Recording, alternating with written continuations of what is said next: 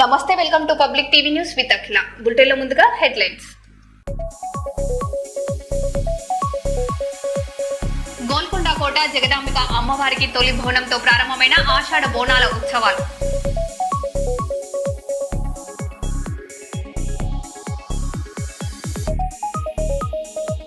అహ్మదాబాద్ జగన్నాథ ఆలయంలో కేంద్ర హోంమంత్రి అమిత్ షా ప్రత్యేక పూజలు.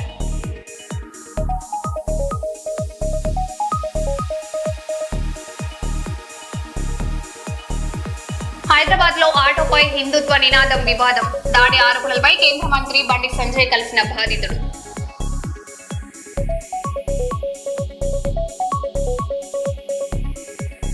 వెస్ట్ బెంగాల్ నుండి తమిళనాడు వరకు పొర్లు దండాలతో భక్తుని యాత్ర.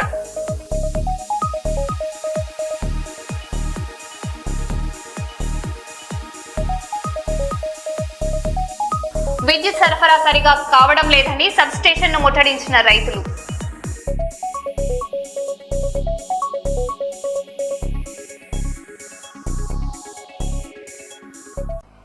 ఇక వివరాల్లోకి వెళ్తే, ప్రపంచ ప్రసిద్ధ జగన్నాథ రథయాత్ర మహోత్సవాలు దేశవ్యాప్తంగా వైభవంగా ప్రారంభమయ్యాయి.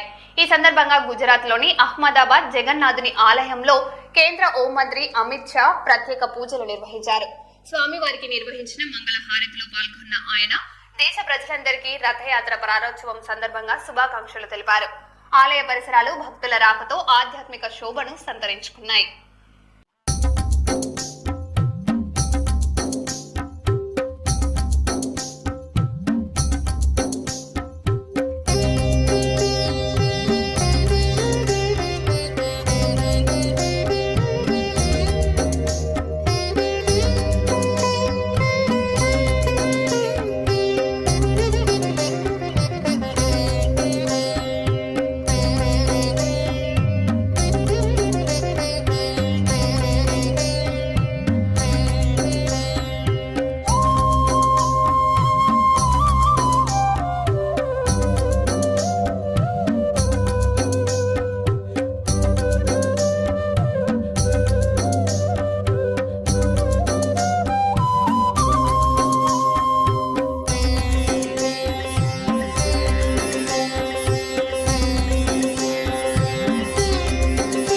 వరంగల్ జిల్లా ఖానాపురం మండలంలోని పాకాల సరస్సు తూములు వెంటనే ఎత్తి నార్మళ్లకు సాగునీటిని విడుదల చేయాలని బీఆర్ఎస్ పార్టీ డిమాండ్ చేసింది.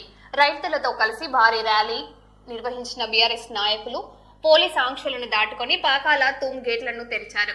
నీటి విడుదలలో కాంగ్రెస్ ప్రభుత్వం స్థానిక ఎమ్మెల్యే నిర్లక్ష్యంగా వ్యవహరిస్తున్నారని ఆరోపించిన బీఆర్ఎస్ రైతుల హక్కుల కోసం తమ పోరాటాన్ని కొనసాగిస్తామని స్పష్టం చేసింది.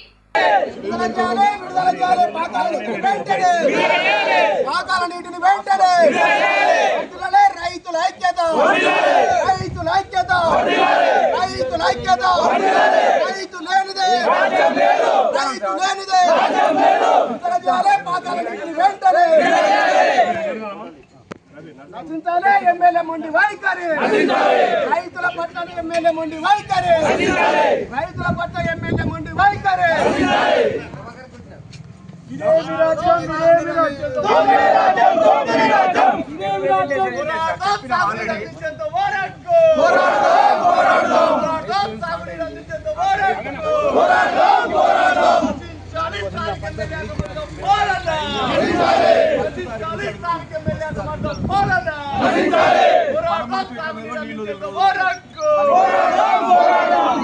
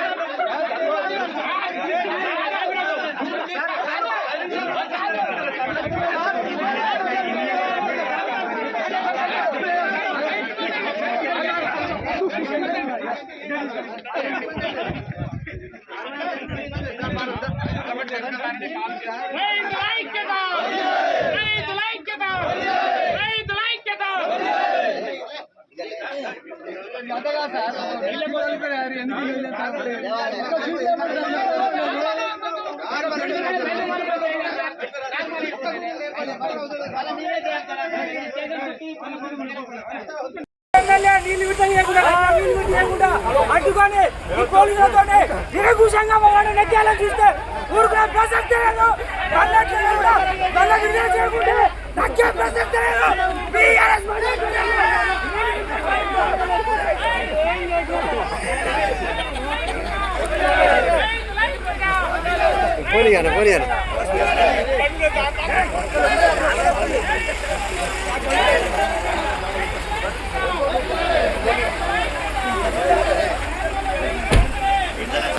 జై తెలంగాణ. నీటిని వెంటనే విడుదల చేయాలి. రైతులకు నార్మల్ మొత్తం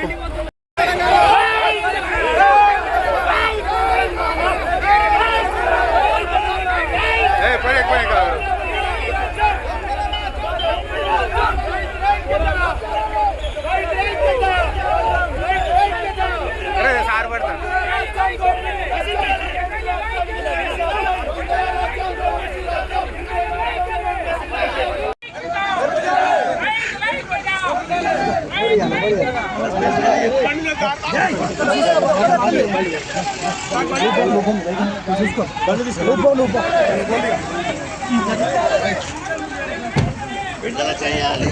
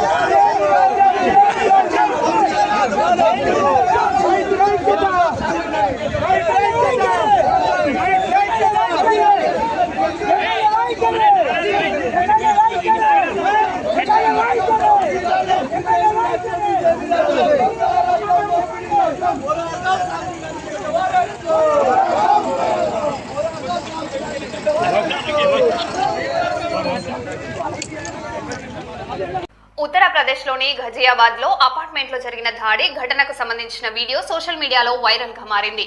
లిఫ్ట్లోకి మహిళతో కలిసి వచ్చిన ఓ వ్యక్తి అప్పటికే అందులో ఉన్న వ్యక్తితో వాగ్వాదానికి దిగిన అనంతరం అతడిపై పిడికిలి గుద్దులతో దాడి చేశాడు. సుమారు 3 నిమిషాల పాటు విచక్షణ రహితంగా కొట్టినట్లు వీడియోలో కనిపిస్తుంది. అపార్ట్మెంట్ అసోసియేషన్ వ్యవహారమే ఈ ఘర్షణకు కారణమని సమాచారం.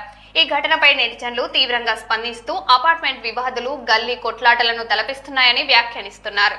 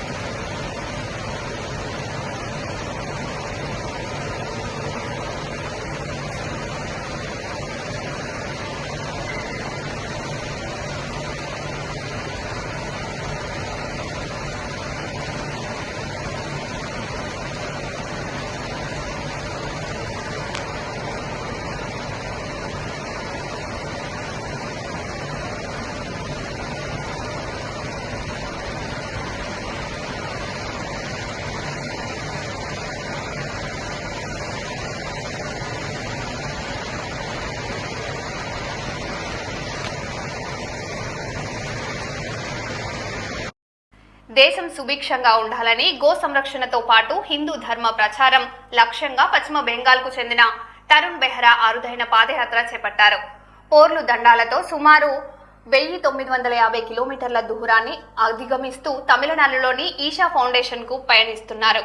మొత్తం 365 రోజుల పాటు కొనసాగే ఈ యాత్రలో ఇప్పటికే 125 రోజుల ప్రయాణాన్ని పూర్తి చేసిన ఆయన మార్గ మధ్యంలో పలు ఆలయాలను సందర్శిస్తూ తన సందేశాన్ని ప్రజల్లోకి తీసుకెళ్తున్నారు. ఎర్నగూడెంలో స్థానికులు ఆయనకు ఘన స్వాగతం పలికారు.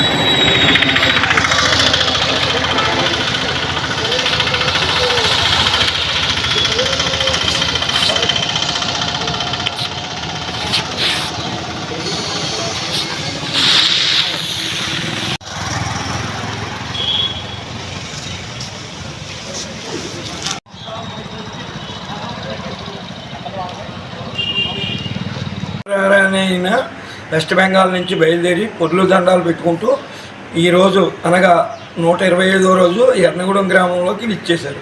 ఈయన ఈ సందర్భంగా సాయిబాబా టెంపుల్ సంస్థానం వాళ్ళు దేశ గ్రామ ప్రజలు ఈయన సాధారణంగా ఆహ్వానించారు. ఈయన ఉద్దేశం ఏంటంటే దేశ ప్రజలు సుస్థిరంగా ఉండాలని, దేశం ఆర్థికంగా బాగుండాలని, మనకి అన్ని రకాలుగాను సుభిక్షంగా ఉండాలని ఈయన ఈషా ఫౌండేషన్, తమిళనాడు ఈషా ఫౌండేషన్ వరకు ఇలా పోర్లు దండాలు చేసుకుంటూ 365 రోజులకి చేరుకుంటారని గ్రామ ప్రజలతో పాటు నేను ఆయన్ని ఆకాంక్షిస్తున్నాను. ఎన్ని కిలోమీటర్లు వచ్చింది? మొత్తం 1959 కిలోమీటర్లో వచ్చింది. ప్రయాణం జరుగుతుంది.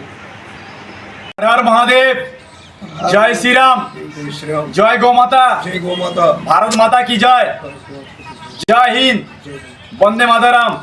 तो मेरा नाम तरुण बेहरा, तो मेरा पिताजी का नाम दुलाल बेहरा। तो मैं आ रहा हूँ वेस्ट बंगाल पूर्व मेदिनीपुर से, तो जा रहा हूँ तमिलनाडु आदियोगी ईसा फाउंडेशन, तो बाबा महादेव दर्शन करने के लिए, वो भी दंडबोध यात्रा करके जा रहा हूँ। तो मेरा घर से निकलता हूँ starting date 4 August 2025 year Monday 8 AM। तो मेरा घर के आने के लिए हो गया 345 डेज। तो फुल आंध्र प्रदेश आदमी और फुल और का आदमी के मैं रिक्वेस्ट कर सकता, मेरा वीडियो को ज़्यादा से ज़्यादा शेयर कर दीजिए। आपका शेयर से मैं रात के रहने के लिए जगह भी मिलेगा, खाने के लिए चीज़ भी मिलेगा। हर हर महादेव, जय श्री राम, जय गौ माता, भारत माता की जय, जय हिंद, वंदे मातरम। హైదరాబాద్ లో ఎంఆర్పీఎస్ వ్యవస్థాపక అధ్యక్షులు పద్మశ్రీ మందకృష్ణ మాదిగను వికలాంగుల ప్రతినిధులు కలిసి తమ సమస్యలను వివరించారు. వికలాంగుల కోసం హోమ్స్ ఏర్పాటు, 35 కిలోల రేషన్, 2016 వికలాంగుల చట్టం అమలు, ఉద్యోగ స్వయం ఉపాధి అవకాశాలపై వినతి పత్రం అందజేశారు. ఈ అంశాలను ముఖ్యమంత్రి చంద్రబాబు నాయుడు, ఉప ముఖ్యమంత్రి పవన్ కళ్యాణ్ దృష్టికి తీసుకువెళ్లి న్యాయం జరిగేలా కృషి చేస్తానని మందకృష్ణ మాదిగ హామీ ఇచ్చారు.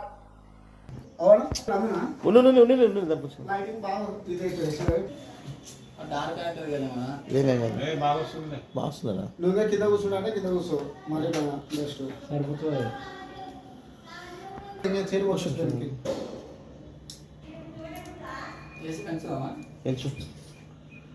ఈ బాక్స్లో ఒక్కనే ఉంటారు అన్న ఉంటా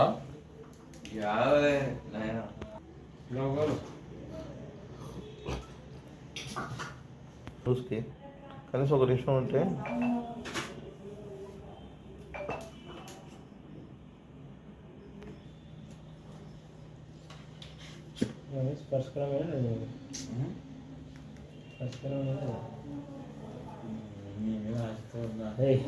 ఇస్తారేమని ఆశతో ఉన్నా.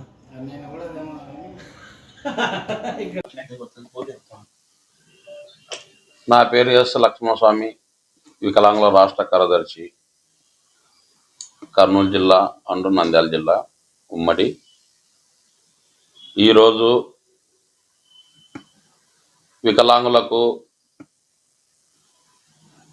ఒక పింఛన్ తప్ప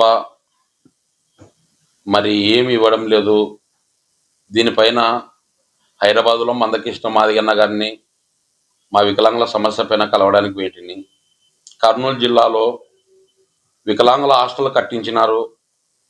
దాన్ని కన్యగా పూర్తి అయిపోయిన కూడా దాన్ని ఓపెనింగ్ చేయకుండా అలానే పెట్టి దాన్ని ఓపెనింగ్ చేయకుండా ఉన్నారు. కాబట్టి ఈ విషయం పైన మందకృష్ణ అన్న గారిని కలవడానికి వెంటే హాస్టల్ కాకుండా చాలామంది వికలాంగులు అన్నం లేక రోడ్లపైన భిక్షాటన చేస్తూ చాలా బాధలకు గురవుతున్నారు. కాబట్టి ఆ హాస్టల్ను హోమ్స్గా మార్చాలని మందకృష్ణ మాదిగ దృష్టికి తీసుకొని పోయినాను. మందకృష్ణ గారు గట్టిగా హామీ ఇచ్చి ఈ విషయాన్ని సీఎం నారా చంద్రబాబు నాయుడు గారి దృష్టికి తీసుకొని పోతాను, లేదా డిప్యూటీ సీఎం పవన్ కళ్యాణ్ దృష్టి కూడా తీసుకొని పోయి ఖచ్చితంగా దాన్ని హోమ్స్ ఏర్పరిచే విధంగా చేస్తానని హామీ ఇచ్చినాడు.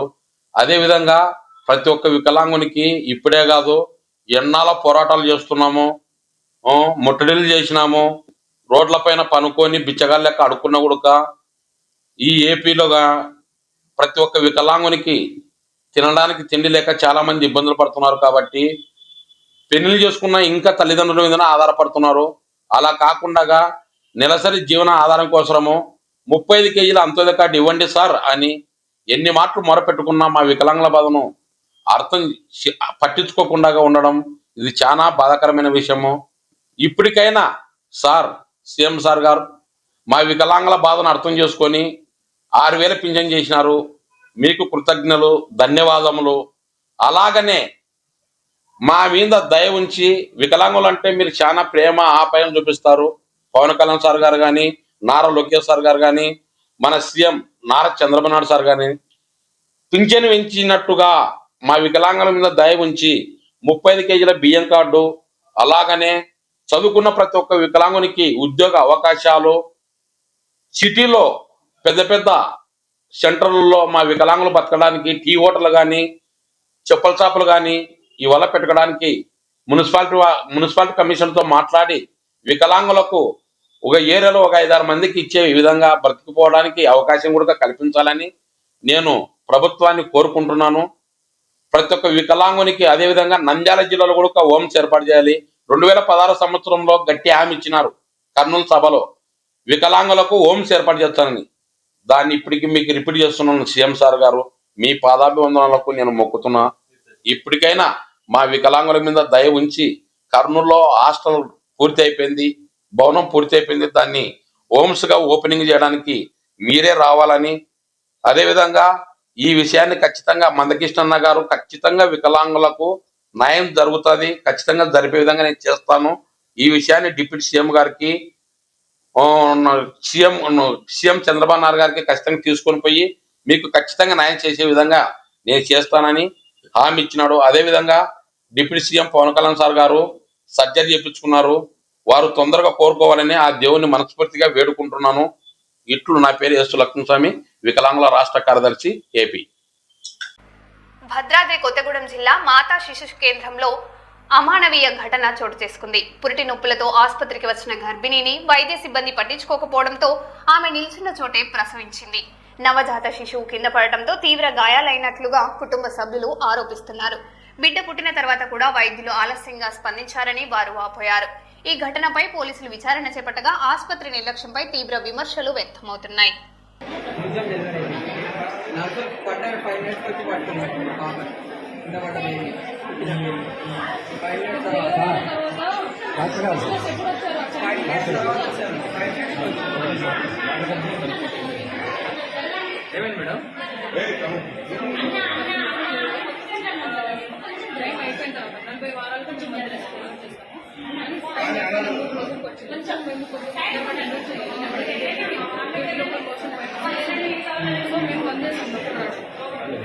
అయితే కొంచెం దారి అయితే ఓపెన్ అయింది, ఇంకా కొంచెం తొందరగా డెలివరీ అవ్వడానికి మేము అందిస్తాం. అయితే ఆమెకి ఏంటంటే మామూలుగా మంది చేసిన తర్వాత 6 గంటలకు మనం చూడాలి ఇట్లా ప్రోగ్రెస్ అయిందా లేదా. కానీ అది ఏంటంటే తొందరగా ప్రోగ్రెస్ అయిపోయింది. సో దీనిలో అయితే కొంచెం పెయిన్ అనేది మామూలుగా 6 అవర్స్కి వచ్చేసి చాలా మంది పేషెంట్స్ వెళ్ళండి 30 మెంబర్స్ వరకు వెళ్తారు. సో మంది చేసిన వాళ్ళు ఇద్దరు సార్ మేము ఆల్రెడీ 1 అవర్ బ్యాక్ చూసేసి వచ్చాము. కింద ఇంకో డెలివరీ అయితే అది కాంప్లికేటెడ్ డిలేస్ వచ్చి పడిపోయింది కూడా ఆమెకు సరైన చూసుకుంటే బట్టి ఈజీగా ఉంటుంది. అండ్ సిస్టర్స్ కూడా ఇక్కడ ఉన్నారు.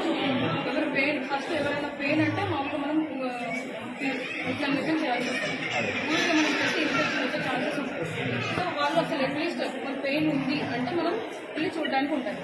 ఆశా వర్కర్ వచ్చి చెప్పింది బ్లీడింగ్ అవుతుందంట అని చెప్తే సిస్టర్స్ చూడ్డానికి అని చెప్పి వేచారంటే అప్పుడే ఆమె ముక్కేసి డెలివరీ కూడా అయిపోయింది. సో అట్లీస్ట్ ముందు చెప్పుంటే మాకు మేము వచ్చి చూసేవాళ్ళం. ఆమె అక్కడి నుంచి లేదు సార్ డెలివరీ ఆమె జస్ట్ వచ్చి చెప్పారు వాళ్ళు లేచి వదిలేసరికి ఆమె డెలివరీ అయిపోయింది. జస్ట్ 1 మినిట్ గ్యాప్ 1 మినిట్లో ఆమె డెలివరీ అయిపోయింది. సో రియాక్ట్ అయ్యే లోపే ఆమె డెలివరీ అయిపోయింది. అట్లీస్ట్ పెయిన్ అని ముందు మదర్ అంటే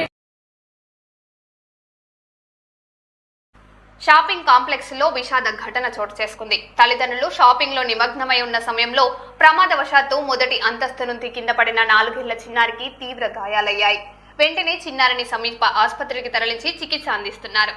ఈ ఘటనతో అక్కడి వారు తీవ్ర భయాందోళనకు గురయ్యారు. పోలీసులు ఘటనపై వివరాలు సేకరిస్తున్నారు.